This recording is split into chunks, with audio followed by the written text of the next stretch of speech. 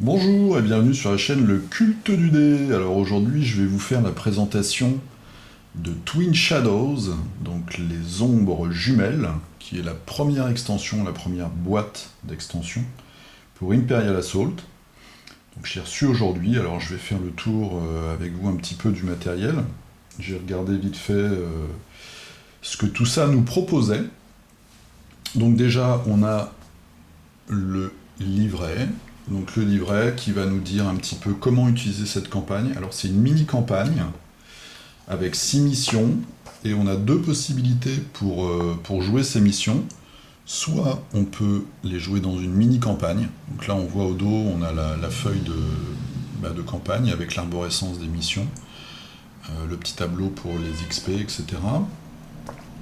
Donc en mission indépendante, une mission un peu plus courte, enfin une campagne indépendante un peu plus courte, beaucoup plus courte même, que la campagne normale.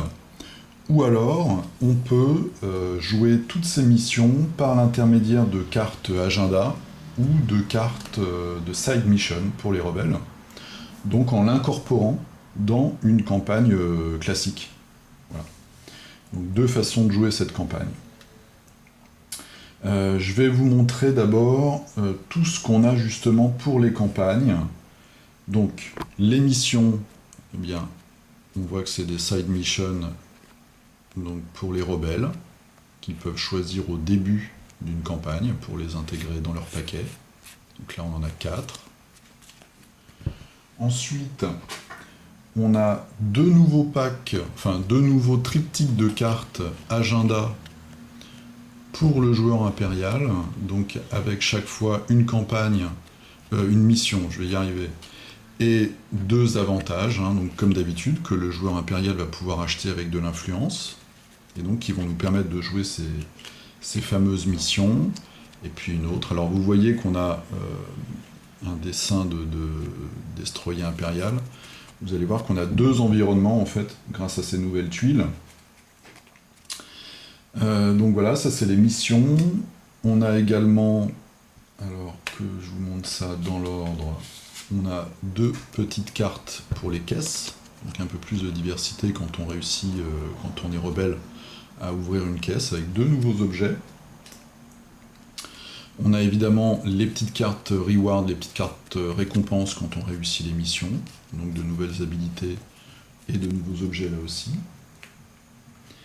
Des nouveaux équipements, donc niveau 1, niveau 2, niveau 3, donc on va voir que c'est des équipements en fait qui sont destinés aux deux nouveaux héros. Là vous voyez on a des gros flingues et puis le reste c'est des gadgets, donc, et puis aussi pour les armes des vagabonds des sables, des sauvages des sables, je ne sais plus comment on les appelle exactement en français.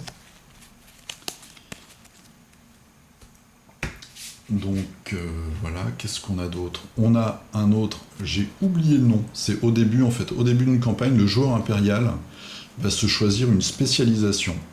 Donc on en avait 3 dans la première boîte, et là on a une nouvelle spécialisation, donc qui s'appelle Inspiring Leadership, qui va comme d'habitude nous donner, c'est l'expérience en fait du joueur de l'Empire, qui va nous donner des bonus pour les missions suivantes. Donc là une thématique comment dire, de hiérarchie.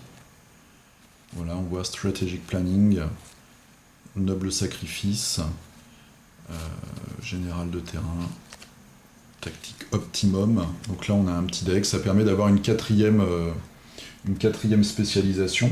Des spécialisations qui sont quand même assez importantes et qui sont assez différentes les unes des autres, qui permettent de renouveler quand même un petit peu la façon de jouer du joueur impérial. Alors je vais vous présenter les deux nouveaux héros, donc qui peuvent être joués par les rebelles. On a d'abord Biv Bovrik, qui est un gros bourrin avec un énorme, une espèce de canon laser portatif. Donc lui, il a deux habilités. La première, c'est Close and Personal, où il peut faire en fait une attaque au corps à corps et enchaîner sur une attaque de tir. Donc beaucoup de dégâts. Et puis la deuxième, Deadly Precision, contre un point de souffle, il peut relancer un dé d'attaque. Donc voilà sa figurine. Les figurines sont très bien.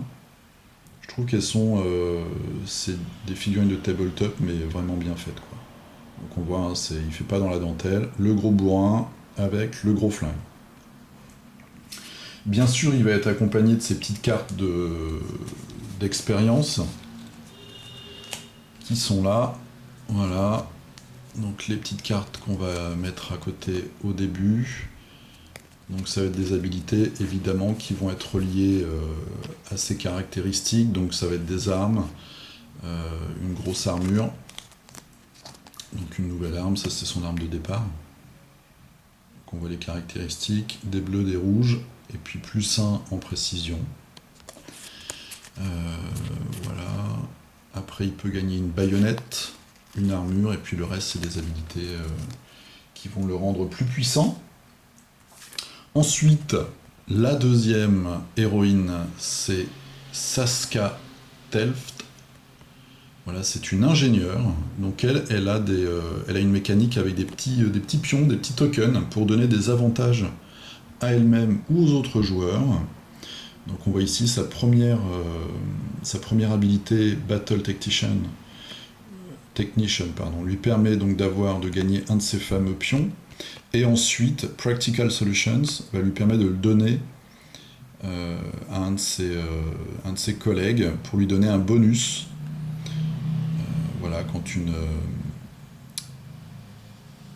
quand un de vos amis en fait attaque, il peut dépenser un de ces petits tokens pour avoir +1 en adrénaline. Ou alors pour rejouer, pour relancer un dé. Voilà, donc c'est un petit bonus. On voit ses caractéristiques. Je vais vous montrer sa figurine. Voilà, il se balade avec son petit pistolet et sa tablette, avec ses lunettes. Très sympa à peindre, avec tous ses outils autour de la ceinture. Et évidemment, elle arrive avec toutes ces cartes. Donc ces cartes d'habilité, ces cartes d'expérience. Donc ça c'est sa première arme. Donc un blaster modifié, des verts, des jaunes, +1 en précision. Et après, donc soit, alors je vais vous montrer la nouvelle condition, +1 aux dégâts, perce, donc percée, pénétration d'armure, +1 encore une fois à la précision. Ou alors weaken, donc affaiblir, qui est une nouvelle condition. Et puis elle a tous ces... Voilà, elle peut gagner un kit d'outils, elle peut gagner un tas de choses. C'est la thématique de l'ingénieur, en fait, qui va fabriquer des gadgets, etc., etc. Voilà. Donc cette fameuse nouvelle condition, Weakened. Donc quand vous attaquez, vous avez un malus de 1 alors, à l'adrénaline, ou alors un malus de 1 pour éviter. Et à la fin, on enlève cette carte.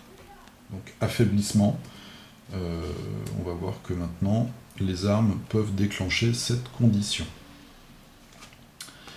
Ensuite, alors pour le mode escarmouche, je finirai par les dernières figurines et puis les tuiles. Les modes escarmouche, on a deux nouvelles command cards, qui sont...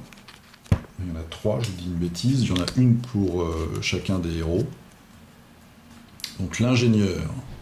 Contre une action, elle peut choisir un terminal et le faire exploser en fait, et toutes les figures qui sont adjacentes prennent 2 dégâts. Et puis notre ami le gros bourrin Biv, donc lui c'est après son action spéciale qu'on a vu tout à l'heure où il frappe à la fois au corps à corps et puis à distance. Si la cible n'est pas détruite, il fait une nouvelle attaque. Donc il peut faire jusqu'à 3 attaques sur la même cible. Voilà. Et puis une nouvelle carte. Coup cruel. Donc contre une attaque, contre une action, on a une attaque qui va gagner un déclencheur, percer 1 et affaiblir, la petite condition qu'on a vue à l'instant. Ensuite, si je ne casse pas tout, on a 2 missions escarmouches. Voilà, qui vont se dérouler Alors celle-ci, je pense qu'elle va se dérouler sur le destroyer, et puis celle-ci, elle va se trouver dans le désert. J'attends avec hâte les figurines de ces petits bonhommes. Après, pour les cartes, les dernières cartes, donc on a toutes les cartes de perso. Pour le mode escarmouche et puis pour le mode campagne pour le joueur impérial. Notre ingénieur, elle coûte 6, notre gros bourrin, elle coûte 9. Et puis après, vous allez voir, on a tous les personnages qui vont arriver dans cette vague, qu'on a pour l'instant à l'état de jetons. Donc on a C3PO, R2D2, qui a 2 cartes, parce qu'il y a une petite nouveauté, vous voyez maintenant il y a des cartes. Il va avoir un profil différent. Ici c'est pour le mode escarmouche, et ici c'est pour le mode campagne. Il va avoir des habilités un peu différentes. On a donc les sauvages des sables, qui viennent en version normale et en version élite. Boba Fett. Les Stormtroopers lourds. Voilà, version normale, version élite. Le commandeur des troopers, donc Kane Somos. Et puis voilà. Alors, les autres figurines, qu'est-ce qu'on a? Donc on a les hommes des sables. Je crois d'ailleurs qu'ils les appellent juste hommes des sables dans le film. Donc voilà leurs figurines, on en a 4. Bon, il faut redresser un petit peu tout ça.